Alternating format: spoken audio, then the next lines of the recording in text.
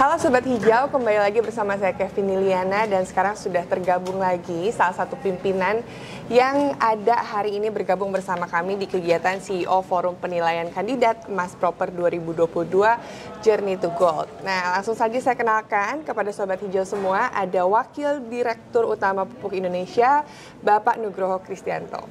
Apa kabar Bapak hari ini? Alhamdulillah, baik. Alhamdulillah. Gimana tadi presentasinya Pak, sudah?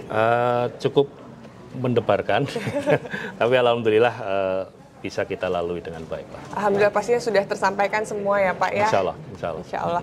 Nah Pak, apa kesan dan hal menarik yang terjadi dalam proses penilaian Future Fit Society Criteria? Ya, bagi kami di Pupuk Indonesia Holding sebenarnya ini cukup mengagetkan gitu ya, cukup mengagetkan karena biasanya itu hanya dilakukan kepada para perusahaan yang menjadi kandidat. Tapi karena kami holding, ini tentunya juga selain mengagetkan juga barangkali ada sisi positifnya gitu. Karena kita juga bisa sebagai holding itu menyampaikan kepada Dewan Penilai Proper tadi itu apa sih sebenarnya yang holding lakukan terkait dengan pencapaian-pencapaian yang sudah diperoleh oleh anak-anak perusahaan dalam rangka mereka mendapatkan proper gitu ya. Sebagian besar anak perusahaan kita sudah dapat proper emas, ada beberapa yang masih akan menuju ke sana.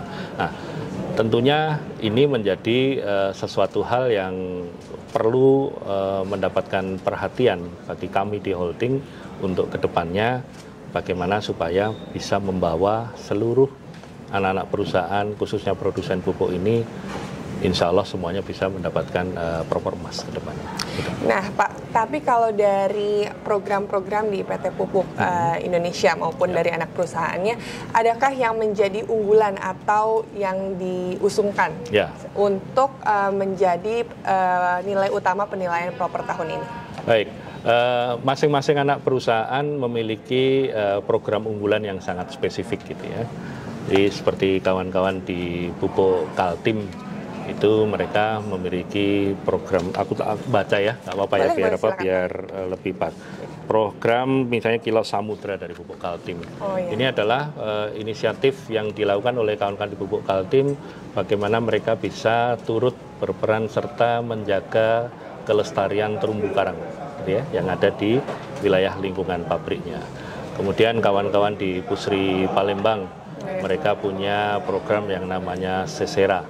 Itu adalah inisiatif yang dilakukan oleh kawan-kawan Pusri Palembang untuk membuat ada wilayah di situ yang namanya Pulau Kamaru, yang tadinya mungkin hanya begitu-begitu saja, oleh kawan-kawan dicoba untuk dirubah menjadi daerah tujuan wisata, di mana dalam membuat itu mereka sekaligus meminta peran serta aktifnya dari masyarakat di situ, dan mereka juga bisa melakukan beberapa upaya yang mampu meningkatkan kesejahteraan masyarakat di situ.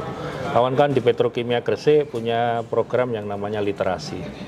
Ini adalah program yang lingkungan yang terintegrasi antara usaha peternakan dan pertanian. Dengan mereka melakukan inisiatif bagaimana atas misalnya produk limbah yang dihasilkan dari usaha peternakan itu bisa mereka gunakan untuk membayar premi asuransi. Sehingga premi asuransi ini nanti akan bisa menjamin manakala terjadi gagal panen dan yang lain-lain, itu sudah di-cover oleh ini. Jadi kayak membentuk closed loop ekonomi gitu ya di situ, di kawasan yang terintegrasi ini, dan ujung-ujungnya itu tadi. Kemudian kawan-kawan di Kujang punya Kampung Nanas. Ini adalah upaya untuk mencoba merevitalisasi lahan-lahan yang tadinya tidak produktif gitu untuk ditanami nanas, dan hilirisasi dari produk nanas ini yang coba dikawal oleh kawan-kawan Pupuk Kujang bersama masyarakat sekitar sehingga bisa menciptakan nilai lebih dan pada akhirnya juga kembali ke masyarakat sekitarnya ya Pak. Jadi memang masing-masing anak perusahaan dari PT Pupuk Indonesia memiliki programnya masing-masing ya Pak ya, yang memang tetap berkontribusi untuk lingkungan, bahkan untuk masyarakat, membantu kesenjangan ekonomi masyarakat sekitar juga untuk masing-masing wilayah kerjanya begitu ya Pak ya.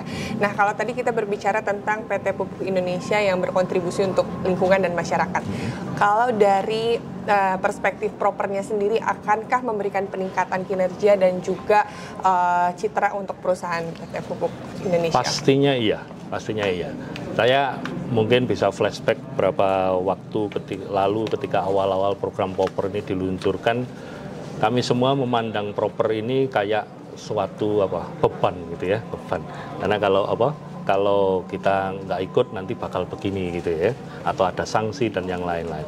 Tapi hari ini situasinya sangat jauh berbeda, karena kayak semacam kalau kita ikut proper itu ya seperti yang voluntary saja gitu ya, voluntary saja, kita harus bisa mengikuti itu, bahkan kalau nggak ikut tuh ada yang kurang gitu. Saya bisa ilustrasikan seperti itu. Kenapa? Karena sudah terbukti gitu ya, beberapa anak-anak perusahaan, saya ambil contoh misalnya Pupuk Kaltim gitu ya, yang sudah kesekian kalinya atau sudah berapa kali mendapatkan proper emas, itu serta-merta orang akan kenal, oh Pupuk Kaltim itu yang ini gitu ya. Nah ini tentunya kan menciptakan bukan dalam arti semangat berkompetisi, tidak gitu, tapi adalah hal yang positif di mana ini mendorong anak-anak perusahaan yang lain itu juga bisa melakukan yang sama tanpa merasa perlu bahwa itu menjadi beban. Karena bagi kami di Pupuk Indonesia Group hari ini menyikapi aktivitas proper seperti ini itu adalah sudah menjadi sesuatu yang built-in gitu ya. Jadi kalau kita nggak ikut tuh malah ada yang kurang rasanya gitu. Jadi memang memotivasi juga ya Pak. Betul. Dan yang jelas yang sudah kita rasakan itu kita jadi lebih dikenal deh gitu. Lebih dikenal, oh Pupuk Indonesia itu isinya ini alhamdulillahnya sudah banyak yang menerima proper emas gitu. Itu menciptakan kebanggaan tersendiri. Tadi saya sempat baca juga beberapa program-program yang dicanangkan oleh masing-masing anak perusahaan ya Pak ya. Tapi kan itu mungkin hanya dikenal atau diketahui oleh masyarakat sekitar wilayah kerjanya masing-masing. Boleh nggak Bapak sampaikan kepada masyarakat umum, khususnya Sobat Hijau dan generasi muda di luar sana, apa sih yang bisa dilakukan mereka masing-masing untuk turut berkontribusi dalam melestarikan lingkungan? Baik, untuk para Sobat Hijau, barangkali kalau kami di industri pupuk melakukan respon atas kegiatan seperti ini, yang tadi saya sampaikan, kita itu rasanya ada yang kurang kalau nggak melakukan. Tapi untuk para Sobat Hijau, kami menghimbau gitu loh, bahwa mari kita mulai berpikir lebih global. Tapi kita melakukan actionnya itu secara lokal pun tidak apa-apa. Kenapa? Ini saya ingin pesankan. Karena di luar sana atau dunia secara global itu sudah melakukan hal yang seperti ini tuh menjadi sesuatu yang dalam keseharian mereka. Tentunya cepat atau lambat kita di Indonesia atau para Sobat Hijau pasti akan mengalami yang sama. Dan kalau kita tidak prepare itu dengan baik, ya kita pasti akan tertinggal. Dan tolong diingat gitu ya, apa yang kita nikmati hari ini itu bukan yang kita wariskan kepada anak cucu kita, tapi kita sebenarnya meminjam dari para generasi-generasi selanjutnya dari kita. Oleh karena itu, think globally, act locally right now. Wah, keren banget nih closingnya. Terima kasih ya Pak Nugroho. Terima kasih, sama-sama. Semoga sukses terus untuk program-program semua dari PT Pupuk Indonesia dan beserta anak perusahaannya. Baik. Terima kasih banyak Bapak. Mari.